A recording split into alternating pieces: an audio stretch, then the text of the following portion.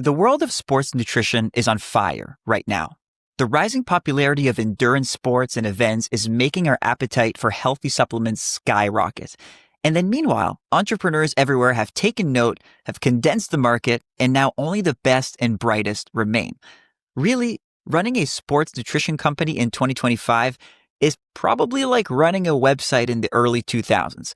There's tons of demand, but even more competition. Now, only the best innovators cut through the noise, and today I spoke with one such person. Allen Lim is a cyclist, cycling coach, and exercise physiologist who splits his time between Colorado and Los Angeles. He's also the founder of Skratch Labs, a Boulder-based sports nutrition company with a full suite of supplements that range from high-carb drink mixtures to energy bars and chews to high-protein recovery beverages to my fiance's favorite, the salted margarita flavored hydration crystals. Now, I'm more of a strawberry lemonade guy, but to each their own. Allen oversaw Skratch Labs through all of its iterations. At one point, he was cooking high-carb meals for cyclists from a food truck on the side of the road and littering kitchen with countless Tupperware containers trying to concoct the perfect formula for endurance athletes that tasted good and, his words, not like cardboard. It's that desire that helped Skratch grow and evolve into the world-renowned hydration and nutrition company that it is today. So today, Allen and I spoke about Skratch's hydration system, how runners can use their products to benefit their own training, why we should not think of food as only fuel, and where he thinks runners stand to gain the biggest advantage against their competitors. And spoiler, this has nothing to do with supershoes, training methods, or even sports nutrition. We also talk about high-carb fueling, Lim's own training goals, and, why it's important to not be an asshole. I really enjoyed our chat, and I hope you do too. Here's our conversation with Allen Lim.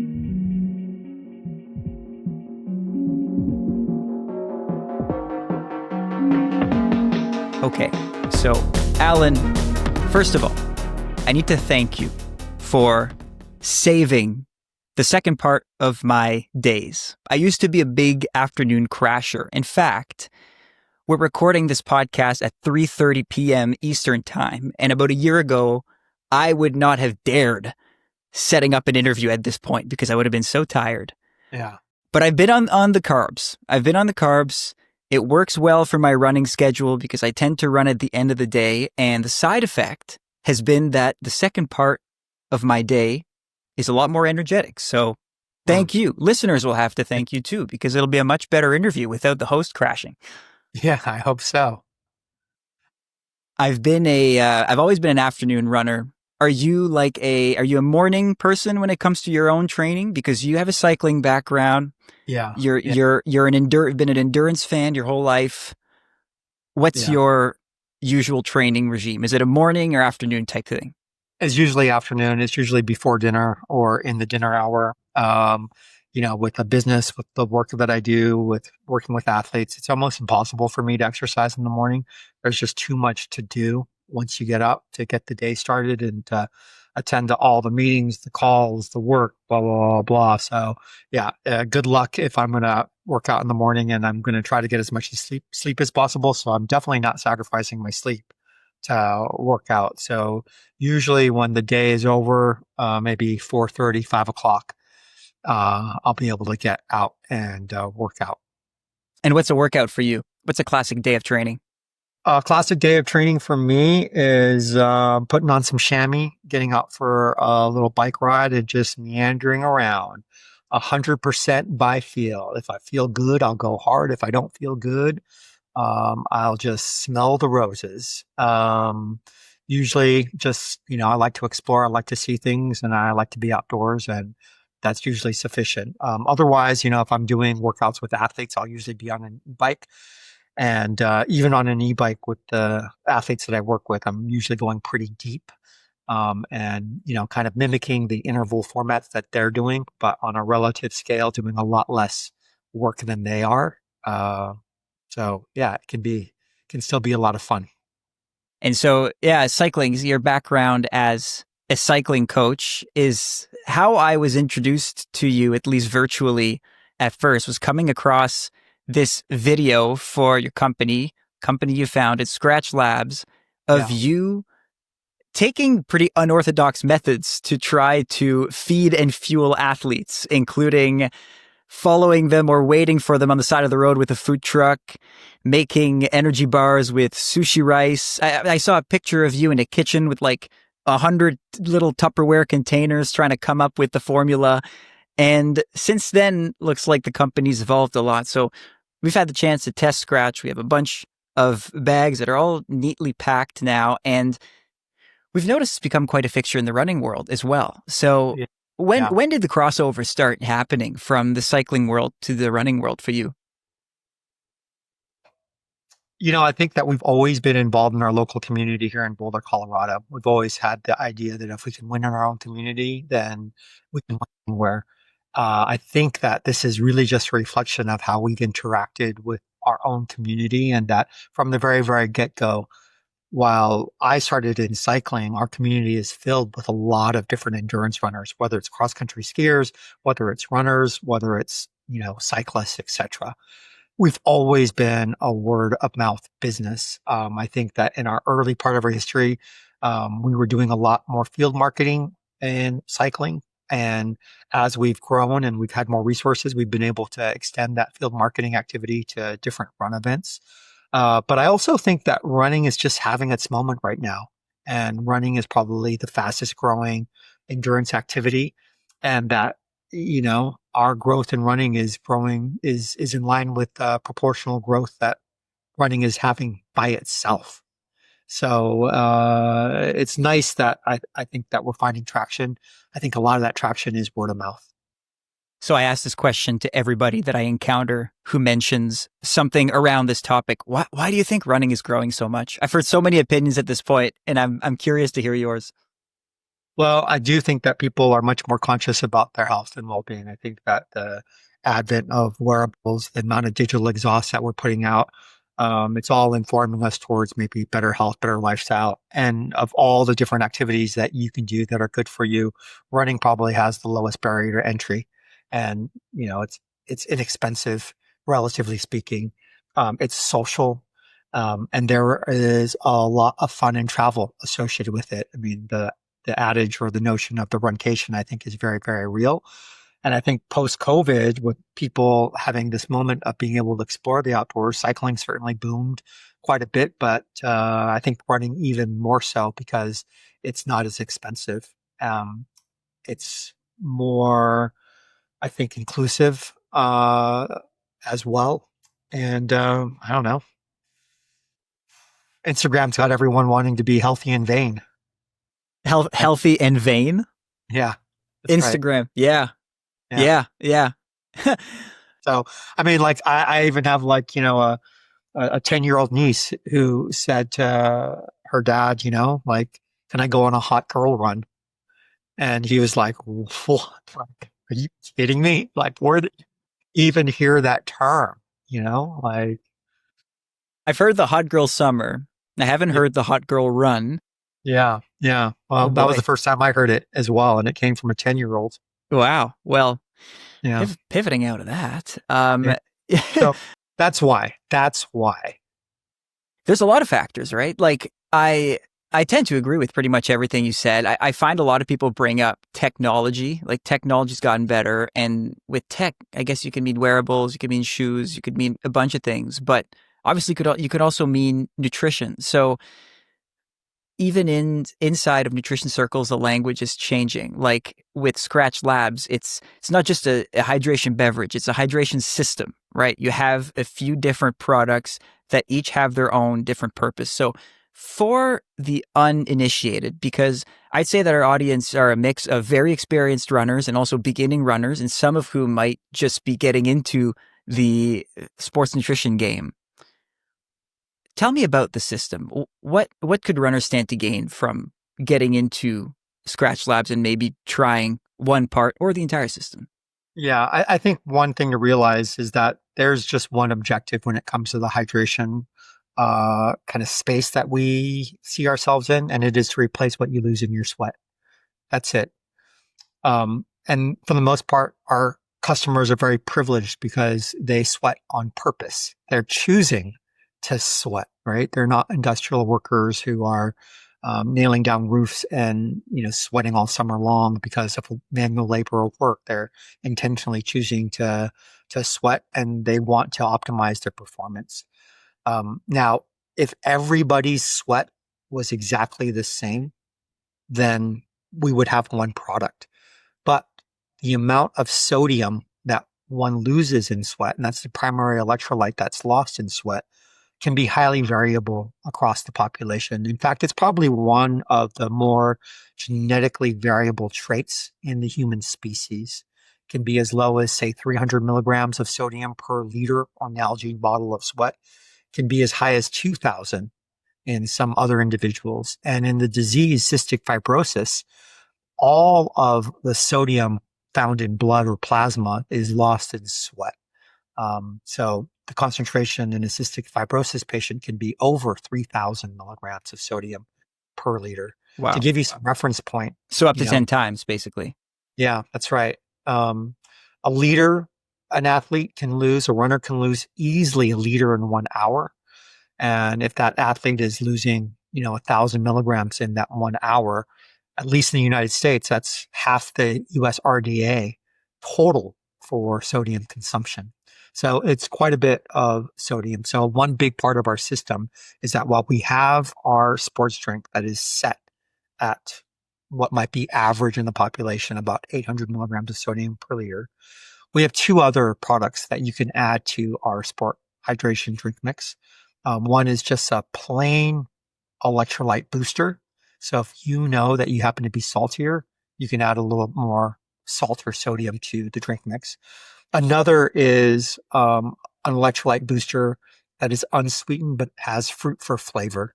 So we go the whole spectrum from plain electrolyte, then electrolyte with fruit powder, and then electrolyte with some simple sugar to keep your blood sugar steady during hard activity to replace the fuel that you're burning. And if you're going really, really long and really, really hard, the next step up is a more complex carbohydrate to add more fuel to that system. And so principally, the system is designed around replacing just three things: water, carbohydrate, and electrolyte.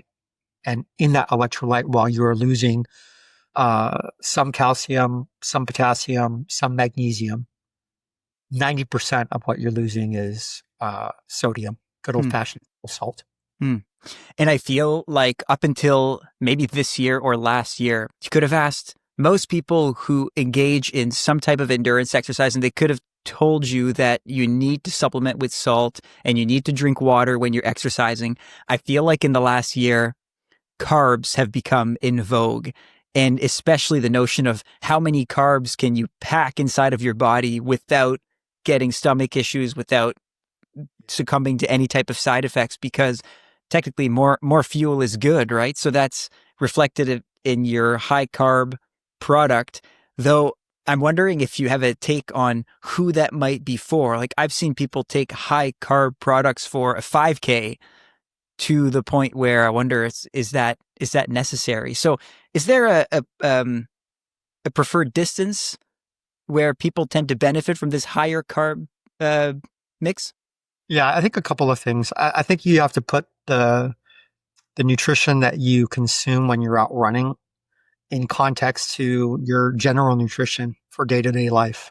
And you can't divorce the two. They're one and the same. And so if somebody is on a high carbohydrate diet, if they're getting plenty to eat, if they're in energy balance, if they're getting all of the nutrients they need to get, for the most part, most runners under, say, an hour, even under 2 hours, have plenty of glycogen on board to sustain their activity. When it comes to optimizing performance, though, anytime you can elevate the blood sugar, in addition to maintaining your glycogen stores, you're going to perform a little better. And I think you're going to perform a little better because you unlock the brain a little bit in the nervous system. You disinhibit the brain when the brain thinks that you're in danger, whether it is a low blood sugar, whether it is, heat stress, whether it's fear or anxiety. You're going to shut the system down and you're going to fatigue more easily or just be inhibited. So there is case where even say like a 5K, if you can elevate that blood sugar, that you might be able to go a little deeper. That being said, if you take too much carbohydrate, not only can you get GI distress, but in some situations, especially if you mistime it before exercise and you eat a little too close to exercise, say within an hour and a half window or an hour window, maybe even 45 minutes or 30 minutes before, as your blood sugar rises, if you aren't already active and you don't already have the stress hormones that are inhibiting the release of insulin, then the hormone insulin from your pancreas can be released, and that hormone basically lowers your blood sugar. The other thing that can lower your blood sugar is a contracting muscle. And so if you get this weird combination of muscles pulling down your blood sugar and the hormone insulin in your bloodstream pulling it down, even though you might have plenty of fuel on board, you might go hypoglycemic. And if your blood sugar dips, and you experience that hypoglycemia, your nervous system and your brain pretty much shut down and it feels like you're hitting the wall. So mistiming carbohydrate, too much carbohydrate can cause just as much problem as underfueling. I think that it ultimately has to be based upon, are you eating well in your normal life and do you have plenty of glycogen stored? And two, how fit are you and how hard are you going to be running? I like to tell athletes that for activities lasting longer than 2 hours, they need to be replacing at least half the calories they burn per hour. And this is where you see for many, endurance runners, trail runners, pro cyclists, extraordinary amounts of carbohydrate utilized in the 100 to 130 gram range because they're burning between, 800 to 1,000 calories per hour. And if they're going to replace half the calories per hour, they're going to be upwards of 100 grams per hour. But if you're not fit enough to run, uh, you know, 2 hours worth of 5 minute miles, you probably don't need that much carbohydrate. Yeah, we think about these fueling techniques as mitigating against things that could go wrong, like that, making sure that you have enough sugar in your system to keep going and not hitting the wall and stuff. I find in the last few years, we've almost shifted our focus, at least more so on the elite athletic side. And I say more so because we do see this on the recreational side as well. But we've shifted our focus more towards how much can we get right. Now, I have a question for you, and I want your honest answer. Out of, say, these three areas of technological advancements, which one do you think holds the most promise right now? And here are the areas. Let's talk running here. Shoes, super shoes, fueling, training methods. I would say sleep. Oh, we're going off the map. Yeah. Yeah. I don't think that people get enough sleep. And you could put that into training methods. But I think it's probably that people aren't resting enough and they're not getting enough sleep, and that's going to hurt everything. And no amount of training is going to overcome that. No amount of fueling is going to overcome that. No technology around shoe is going to overcome that. If you take a look at the work that Dr. Sherry Ma did at Stanford University and the collegiate athletes going to Stanford University, work that she did more than 10 years ago, the profound increase in performance in these students when they were able to get 1 to 2 hours of extra sleep was so substantial, both the physical performance as well as the cognitive performance, that there's nothing in any of the three categories that you mentioned that might be able to do the same. That being said, of those three categories, I would say it's training, and then it's the fueling, and then it's the shoes. Okay. And Yes, sleep is wild. I saw some pretty wild data showing a pretty strong relationship between instances of injury and loss of sleep. It almost goes down by a rung for every hour that you lose per night. It's crazy. And it's such an easy thing to fix. And you're right. It's not something that every athlete, or especially every person, prioritizes. yeah, that's right. And then with respect to training, you have to get the training load in, but you also have to adapt to that training, which means you have to recover properly. And so, for me, it starts with just, hey, for every time you slap yourself in the face, are you patting yourself on the back? What's your training difficulty look like in terms of the ratio of hard versus easy? And Um, I rarely see athletes doing more than 50% of their yearly training at a level that is what you might consider to be hard or above their, say month rolling average. Hmm. Mm. And though with respect to fueling, we've seen many changes in there too. We've seen, again, these high carb mixtures. We've seen companies experimenting with sodium bicarbonate or some type of similar product. Yeah. At this point, how much do you think we stand to gain from fueling advancements? I think there's still a lot to be gained, but I will caveat that none of this is new. This is all old technology. This is, um, at least in the sports science world, this is all stuff that was very well known in the 70s and 80s.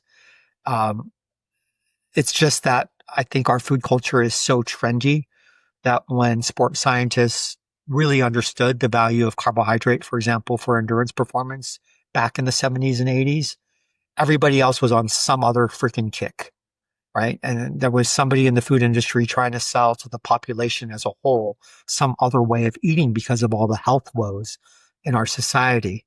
And so you have all of these different types of trends that have come and gone. um, I'm glad that at least today it seems like we live in a world where there's enough information being disseminated and enough people trying for themselves that they've learned firsthand how beneficial staying on top of their carbohydrate is to their performance. But this is by no means technocentric in any way. There's nothing here that is novel. And there's nothing maybe more interesting right now in this world than a bowl of rice. So if you want to talk about rice and the history of rice, well, now we're talking about technology that is tens of thousands of years old. Hmm. So do you think that the big change is, and I mean, I can see how perhaps in the circles of people who are into athletics and sports, there's more of an adherence to regular science and things that we know. But have you seen this shift also happening like in the elite world and also the recreational world? Like who seems to be dialing in, or does it seem like most athletes are engaging with nutrition a bit more? Because it seems like there's a lot more awareness around the technology that surrounds endurance sports. And I mean, not only by elite athletes, but by my high school friends who run casually and by my uncle who's picked it up. Do you sense that as well? I do. I sense that generally speaking, people are more well informed. And I understand from a business perspective that there are a lot of options and choices in that there's been a proliferation of boutique sports nutrition companies like Skratch. And so not only are people more aware and fundamentally better informed than they were in the past, and the information sharing, information, dissemination is much better than it was. There are also a lot of companies out there who are marketing to athletes and sharing information. And so, and I think in that sense, every one of us, including Scratch, we're trying to look cool and be cool and wrap it up in a nice little bow and all that sort of stuff. But fundamentally, it's not that complicated. Um, and people are figuring that out and they're having good results, which is nice. Mm-hmm.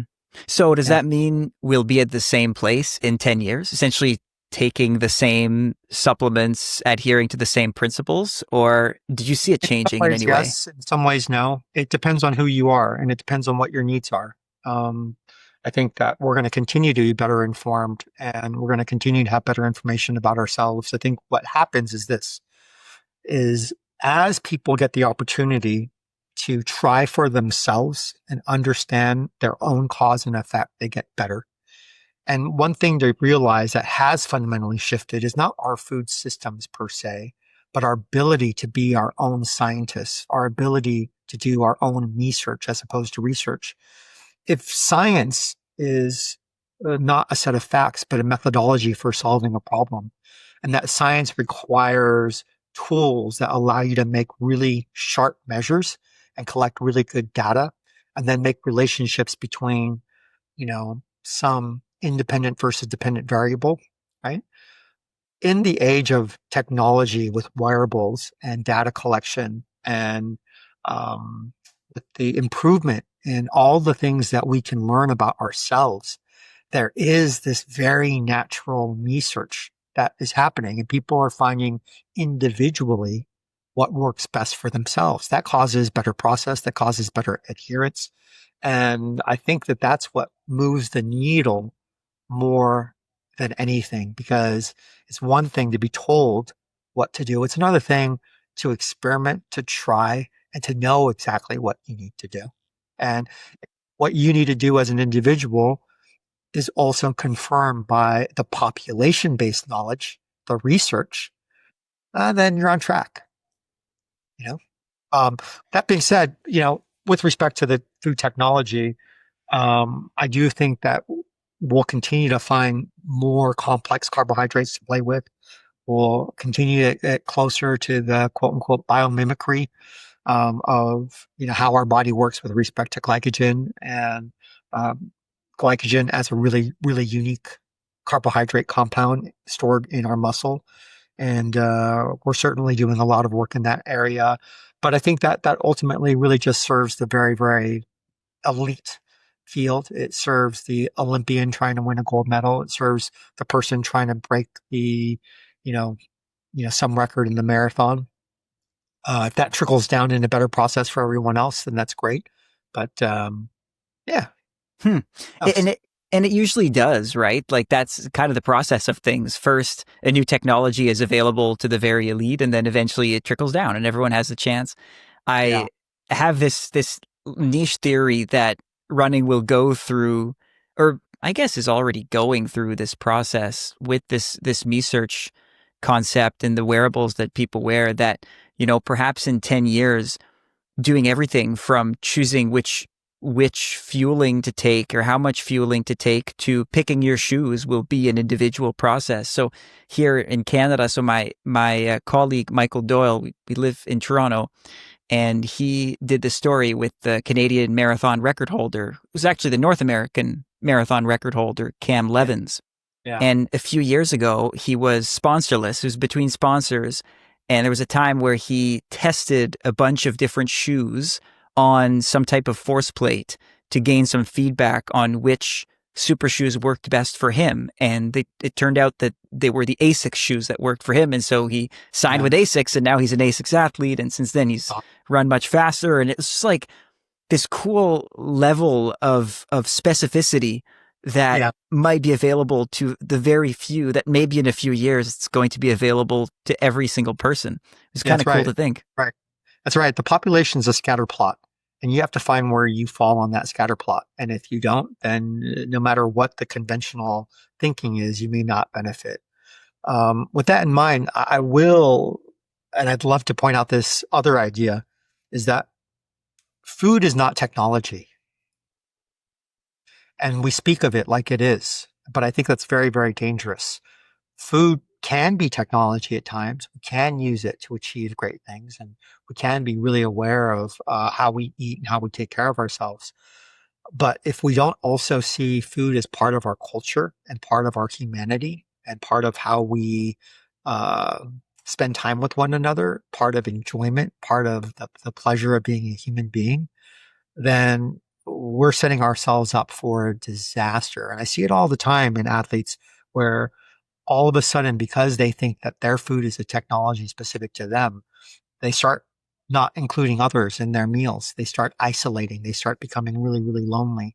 And that's more detrimental for their performance than anything else. It starts to set up this really bad pattern of eating disorders, right? There becomes this obsession with body weight. And all of a sudden, athletes detonate themselves and they really, really do more harm than good. And so I do think that we have to find some balance in it all, and that there is both an ethnocentric perspective as around food and nutrition as well as a technocentric one. Hmm. How do we stay away from that, I wonder? Because there is this appeal as an athlete, even a sub-elite or a non-elite one, to once you're dialed into a training block, try to eat perfectly, right? Eat Yeah. cleanly. How do we Yeah. stay away from that? Just don't be such a dick, man. Like, you know, I mean, that's the question ultimately. Mhm. Like, Why are you such an a-hole? Hmm. Uh, Chill out a little bit. Mm. That's something that everyone needs to ask themselves, and that's going to be different from everyone. And it's maybe something that just happens with time and maturity as well, right? I think we forget that most of the athletes who we revere are just kids, Mm. right? Mm. So we have to understand the population as a whole. And if we are trying to model our lives around what they're doing and they haven't yet lived enough life to really know what that is, then holy shit, what are we doing here? Yeah, we often forget that the top athletes in their game are barely 25. Now, That's right. that's on one side of the spectrum, people trying to dial in the last 0.1%. If I ask you about people on the whole other side of the spectrum, maybe someone who's never really played with hydration before or carb beverages or any type of sports nutrition and who's gearing up for their first marathon, for example, where should they start? What should be the first thing that they should look into or maybe learn if they become interested in sport nutrition? I think a couple of things. I think one is that it doesn't have to taste bad. It doesn't have to hurt. In fact, all of these things that we're trying to do in a way that is in line with how one feels. And that there are so many triggers that we have, hedonistic triggers that protect ourselves, such as hunger, such as thirst. And so the thing that I always tell people is you got to fundamentally respect how you feel. If you're thirsty, drink. If you're hungry, eat. There is no right or wrong process here, but you do go really, really wrong when you think that you're not supposed to drink when you're thirsty, or you're not supposed to eat if you're hungry, or, if you think that the sports nutrition you consume has to taste weird or chemically or sciency, if you will. Hmm. So there is maybe some calibration point of, hey, tell me what you think you need and how do you feel? And what you're trying to do is you're trying to feel better during your workouts, especially your hard workouts, and you're trying to feel better during your performance. So I tell people to start easy, to start slow, right? To take their time and to realize that everything is contextual. There is no perfect formula for everything. Your strategy for when it's really, really cold is going to be very different than when it's really hot, even if the exercise intensity is going to be same, because while fuel you might need might be the same, the hydration you might need will differ greatly when it's much hotter out. And so on a very hot day, you may be relying more on a very low concentration of carbohydrate, but since you're drinking so much more volume, you're making up the calories by that volume. Whereas on a very cold day, you might be drinking, say, our high carb solution, which is much more concentrated in terms of energy density, but has less water because you're not sweating as much. Context. Um, Realizing that there is no right formula per se, uh, except to start by listening to yourself. Hmm. I remember my first sport nutrition beverage, I'll call it. It was a protein shake, maybe about 10 years ago. And I didn't have an adjective for it back then or until now, and you just gave it to me. Sciency. It tasted sciency, and I never Yeah, want to have it again. yeah, Your, yeah. your what? Yeah, no, it was pretty gross. I think it was supposed to be strawberry, but it did not taste like strawberries. Now, you are one of the few brands who've managed to make sport nutrition taste good, Yeah. though you do have competitors as well. And I was wondering what that is like to be in this industry, because it seems that on one hand, the industry has made some breakthroughs over the last few years. The products are good, they're sexy, they're tasty. Yeah. And on the other hand, and a lot of people are into them, right? There's are a lot of people other than elites who are super into sport nutrition. So the demand seems to be higher coming from an outsider's perspective. But then on the other hand, there are a lot of companies who have figured out what you said, right? That it's not all rocket science and you need to produce something that tastes good and that satisfies the needs. And so what is it like to be in this industry and to have a whole lot of competitors, but also a whole lot of demand? How do you try to stay ahead? I think we don't try to stay ahead. And maybe we can be critiqued by that. We try to stay involved. And by staying involved in the community, by continuing to coach and work with the best athletes in the world, we are solving problems. And that's our mandate and that's our focus and that's our mission. As long as we're staying focused on solving problems, as long as we're taking care of those athletes, then everything's going to be okay, right? I think that business is hard. There's a lot of process in business, whether it's, our fulfillment process or how we handle customer experience or, the day-to-day management of people, etc. It can be quite complex because we're all part of this, society and trying to lead in a way that gets everybody on the same page. Our same page is to help people become better. As long as we're doing that, I believe that everything is going to take care of itself and that we can't always be giving way, especially when it comes to nutrition, to fashion, right? Um, our biology does not change as quickly as the color palette for next season. So don't stay ahead, stay involved. Yeah, that's right. And don't be an asshole. Don't be an asshole. And I think the breakthroughs come through that persistence. The breakthroughs come through trial and error. The breakthroughs come through the engagement of the athletes that we work with and through information that they share. And one idea leads to another idea, leads to another idea. And so if you pay attention, there's always a natural evolution to it. And part of that natural evolution, at least for me in my career, was making rice cakes out of sushi rice, was hiring really great chefs to drive around with us in a food truck. It was creating the community around the table. It was developing great recipes and great ways to connect around our love for sport. And then it was a simplification of, well, hey, how much sodium do you need? Are there techniques that we can use to better manage and measure the sodium lost during exercise? Is that our first mechanism that informs it? Is it a test that we can use? And, how do they compare with one another? So staying involved is critical. Having goals is critical. Wanting to be the best in a sport, wanting to improve performance, I think is as important as wanting to run your company in as sharp of a way as possible.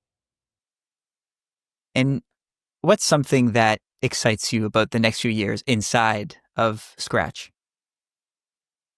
So much excites me. Our athlete team continues to really, really excite me. I think that our innovation pipeline continues to really excite me. People, their love, their care, their commitment, that bolsters me every single day because I realize that I'm not here to take care of them. They're here taking care of me. And that's really, really, really incredible. I think that every year we get better at bringing our people together towards a very, very focused North Star, which is making athletes better, helping to take care of one another, and being on the same page around goal setting, around how we manage our communication, our process.